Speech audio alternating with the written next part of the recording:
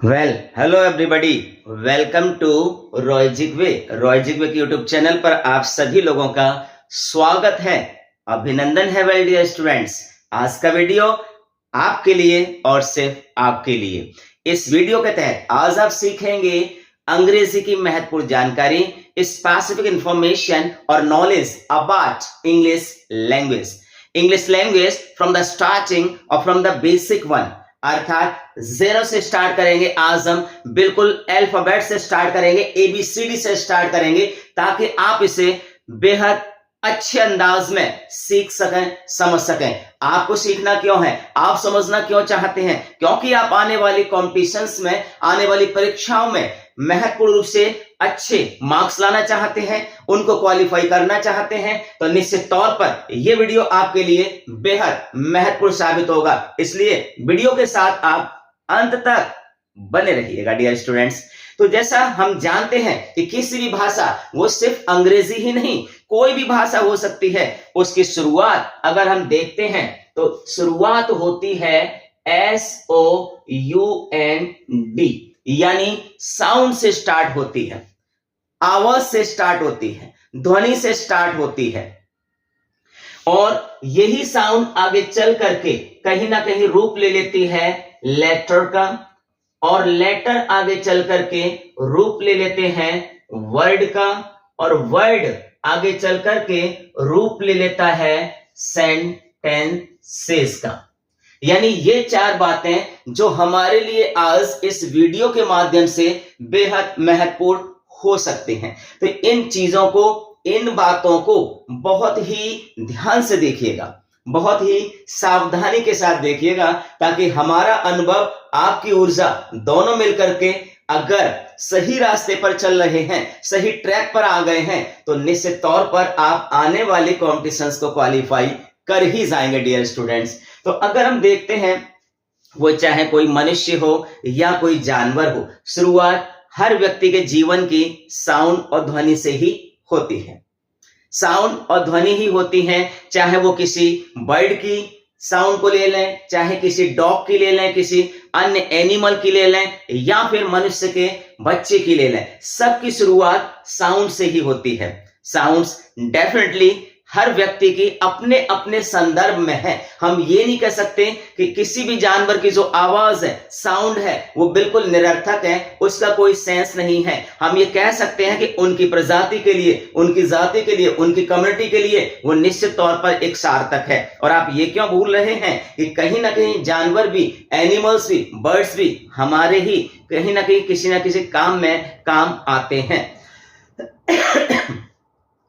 तो निश्चित तौर पर ये बिल्कुल हम इग्नोर नहीं कर सकते कि वो साउंड निरर्थक है, यूजलेस है, मीनिंगलेस है। हाँ, ये बात जरूर है कि वो सिर्फ स्पेसिफिक स्थितियों में, विशेष परिस्थितियों में ही महत्वपूर्ण साबित होती हैं और हमारे काम आती हैं। बाकी सामान्य और जनरल स्थितियों में हम साउंड पर विशेष फोकस नहीं करते हैं। साउंड का तात्पर्य हम जो लगाते हैं वो मनुष्य से मनुष्य, आदमी से आदमी ही की साउंड को हम एक सार्थक ध्वनि मान करके चलते हैं, क्योंकि हम एक दूसरे की बातों को समझ सकते हैं और एक दूसरे तक अपना मैसेज, अपना संदेश पहुंचा सकते हैं डियर स्टूडेंट्स, है ना। तो साउंड है, ध्वनि है, और ये जो साउंड है, ये जो ध्वनि है, इस ध्वनि को जब हम एक निश्चित रूप दे देते हैं, जब इसको एक निश्चित आकार दे देते हैं, तो यही साउंड, यही ध्वनि क्या बन जाएगी? वही कहलाएगी आपके लिए, हिंदी में कहेंगे इसे वर्ड, या कह सकते हो इसको आप हिंदी में अक्षर। वही चीज वर्ड बन जाती है या अक्षर बन जाती है, और इसी वर्ड और इसी अक्षर को हम अंग्रेजी में कहते हैं लेटर। डेफिनेटली लेटर, जिसे हम वर्ड कह रहे हैं, अक्षर कह रहे हैं, यही ध्वनि है जो हमारे मुख से निकलती है। लेकिन अब हमने इसे एक रूप दे दिया, एक आकार दे दिया, और उस रूप और इस आकार को ही हम क्या बोलते हैं? SYMBOL, सिंबल यानी प्रतीक बोलते हैं। और उस अक्षर से, उस प्रतीक से, उस ध्वनि को हम इंडिकेट करते हैं, निरूपित करते हैं। यानी ध्वनि ने ही यहां पर वर्ड और अक्षर का रूप लिया है, ध्वनि ने ही अंग्रेजी के माध्यम से लेटर का रूप लिया है। तो लेटर क्या है, वर्ड क्या है, ये आप अवश्य समझिएगा। तो लेटर क्या है, एक यूनिट है, एक इकाई है, भाषा की सबसे छोटी इकाई है, यूनिट है। ये बात अलग है कि ये जो लेटर होंगे ये अपने आप में कोई अर्थ नहीं रखते हैं, मीनिंग्स नहीं रखते हैं।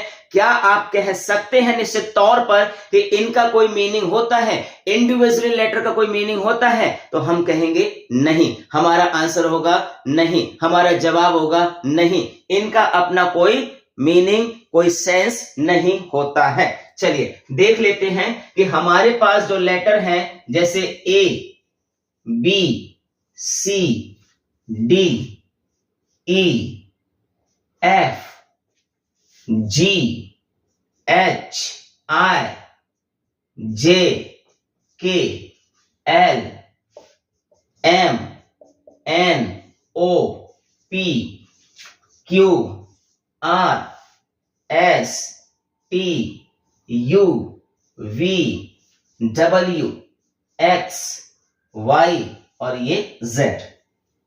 ये अंग्रेजी भाषा के शुरुआती अक्षर हैं, लेटर्स हैं, जो कुल मिलाकर के अगर हम इनको देखते हैं तो ये जो लेटर है या कहिएगा ये जो सिंबल है, ये टोटल है 26 अक्षर होते हैं अंग्रेजी भाषा के शुरुआती स्तर पर, शुरुआती दौर में। और ये कुल मिलाकर के जो 26 अक्षर हैं, ये सब आप देख रहे हैं कि एक निश्चित क्रम में व्यवस्थित हैं, एक निश्चित क्रम में व्यवस्थित हैं। तो हम इसे कह सकते हैं कि एन ऑर्डर्ड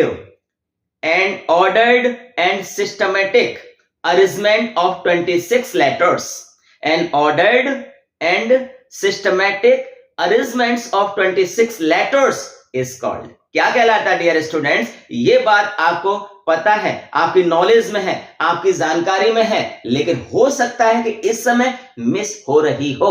हम आपको ये बात अवेयर करा रहे हैं, हम आपको इस बात को रिमाइंड कराते हैं कि ये चीज जो हमने कहा कि एक सिस्टमैटिक अरेंजमेंट, एक ऑर्डर्ड व्यवस्था जो 26 लेटर्स का है, इसको हम बोलते हैं अल्फाबेट। कम ऑन समझिएगा, इसे हम क्या बोल रहे हैं? अल्फाबेट बोल रहे हैं। अब आपके दिलो दिमाग में ये प्रश्न आ सकता है कि आखिर इसका नाम अल्फाबेट ही क्यों पड़ा और इसकी वजह क्या है? तो निश्चित तौर पर आप समझिएगा कि देश और दुनिया में अगर किन्हीं दो भाषाओं ने शुरुआती दौर में जो तहलका मचाया था, वो दो भाषाएं थी, एक लैटिन और एक ग्रीक, जिनका आज अस्तित्व बहुत कम है, लेकिन यही दो भाषाएं थी जिन्होंने पूरी दुनिया में तहलका मचाया। और ज्यादातर, चाहे वो केमिस्ट्री के ले लें, फिजिक्स के ले लें, बायो के ले लें, जो ज्यादातर वर्ड्स हैं वो इन लैटिन ग्रीक भाषाओं से ही लिए गए हैं डियर और लवली स्टूडेंट्स। ये बात आपको निश्चित तौर पर और डेफिनेटली समझ लेनी चाहिए। और जो ग्रीक लैंग्वेज है, हमारी ग्रीक भाषा है, उसमें भी जो शुरुआती जो वर्णमाला है, जो अल्फाबेट है, उसके भी प्रारंभिक अक्षर जो हैं वो एक अल्फा है और दूसरा बीटा है। तो अगर हम देखते हैं अंग्रेजी के नजरिए से, तो ये जो अल्फाबेट है वो कहीं ना कहीं इन्हीं दो का एक कॉम्बिनेशन है डियर स्टूडेंट्स। यानी ये जो ग्रीक भाषा के शुरुआती दो लेटर्स हैं, शुरुआती दो अक्षर हैं, वही अल्फा और बीटा को अगर हम ऐड कर देते हैं तो जोड़ने पर देखिए ये है आपका अल्फा, ये अल्फा और प्लस ये है आपका बीटा। तो अल्फा और बीटा दोनों मिलकर के बना दिए अल्फाबेट। अब पहले शुरुआत में इसे हम अल्फा बीटा कहते थे, ओवर द टाइम समय के अनुसार इन्होंने थोड़े से मॉड्यूलेशंस लिए, चेंज लिए और आज हमारे सामने ये अल्फाबेट के रूप में उपस्थित हैं। अल्फाबेट जिसे अगर आप अल्फाबेट को हिंदी में कहेंगे तो ये एक हिंदी में कहलाती है वर्णमाला। कम ऑन समझिएगा, वर्णमाला। वर्णमाला का सेंस है वर्ड की माला, और माला कभी भी एक अक्षर से एक वस्तु से या एक फूल से नहीं बनेगी। उसे बनाने के लिए हमें कई अक्षरों का, कई वस्तुओं का एक ग्रुप चाहिए, कई फूलों का एक समूह चाहिए, तब जाकर के हमारी माला बनेगी। तो निश्चित तौर पर ये जो अल्फाबेट है ये कई अक्षर इन द सेंस कि हमने कितने इंडिकेट किए यहां पर 26। तो 26 लेटर्स का एक ये ग्रुप है, समूह है। जैसे हम मान के चलें कि हमने एक फ्लावर यहां रख दिया है और इस फ्लावर को हमने एक माना है यहां पर, है ना, ये फूल है, एक तरीके से फ्लावर्स है। और ऐसे ही फ्लावर्स को जब हम कई को मिला करके एक समूह बना देते हैं तो यही हमारा क्या कहलाती है, एक माला यानी गार्लैंड कहलाएगी।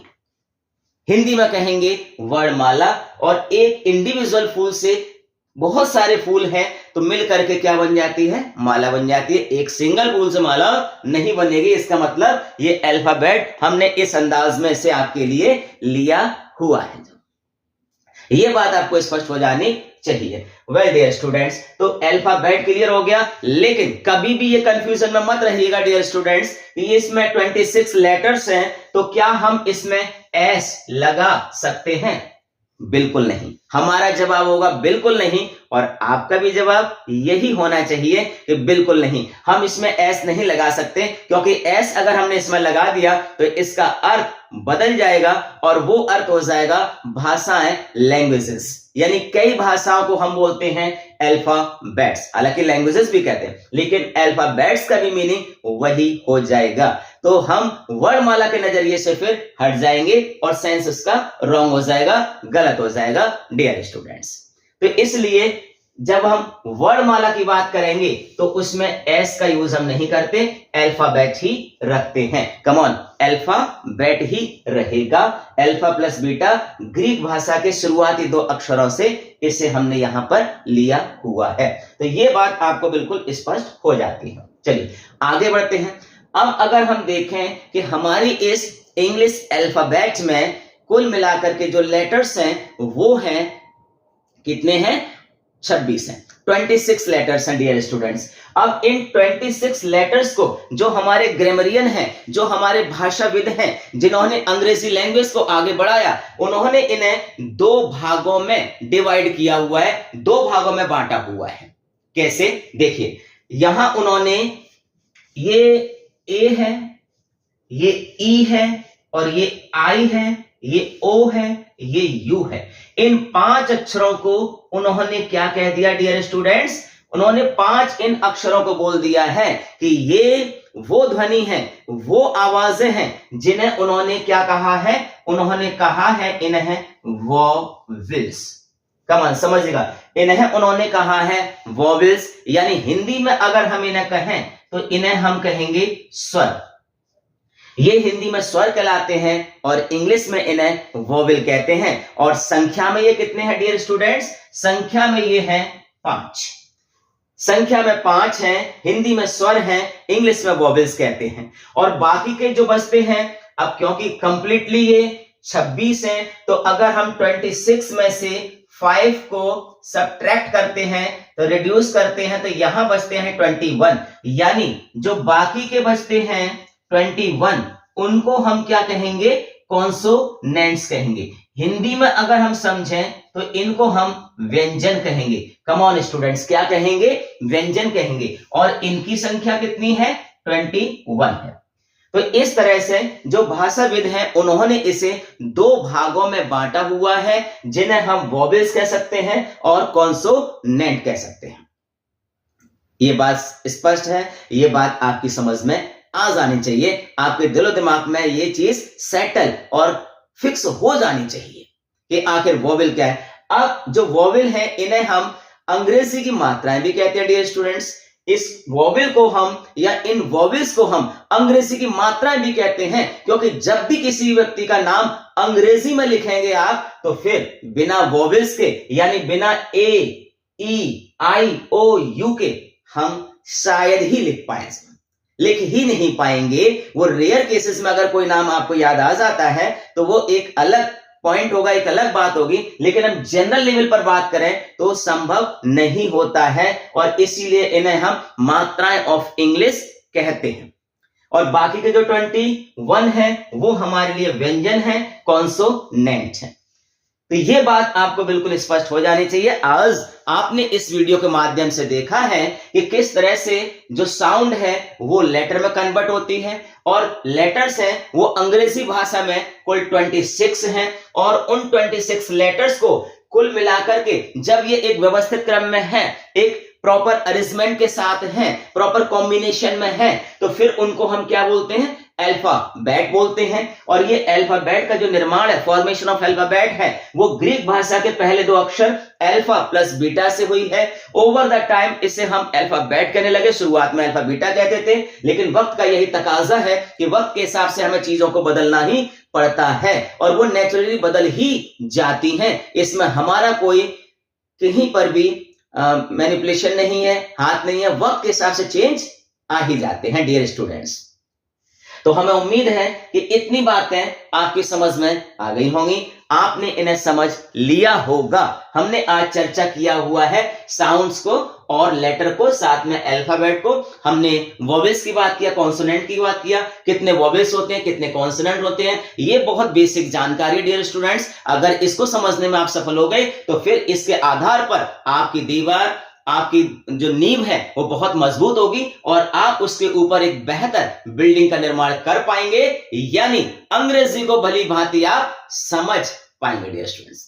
तो हमें लगता है कि ये वीडियो थोड़ा लंबा हो सकता है, इसलिए हम इसे यहीं पर स्टॉप करेंगे। हमें उम्मीद है कि ये वीडियो आपके दिलो दिमाग में अपना स्थान बनाने में सफल रहा होगा। इसके आगे की कहानी निश्चित तौर पर अगले एपिसोड में आपकी दहलीज पर दस्तक देने आ ही रहा है। तो अगले वीडियो के लिए तैयार रहिएगा उस विशेष जानकारी के साथ कि इसके आगे क्या कहानी है, किस तरह से ये चीजें वर्ड की ओर बढ़ती हैं और सेंटेंसेस की ओर बढ़ते हैं। तो वेल डियर स्टूडेंट्स, अगर ये वीडियो आपको अच्छा लगा, इसने आपके दिलो दिमाग में एक स्थान बनाया, एक जगह बनाई, तो निश्चित तौर पर आप वीडियो को लाइक कर दें। और यदि चैनल के लिए आप नए हैं, पहली बार दस्तक दे रहे हैं, तो चैनल को सब्सक्राइब करके बेल आइकन को दबा दें, ताकि हमारे द्वारा भेजे गए सारे वीडियोस आपकी दहलीज पर टिप टिप वर्षा पानी की तरह बरसते रहें और आपकी तकदीर के निर्माण में महत्वपूर्ण भूमिका निभाते रहें।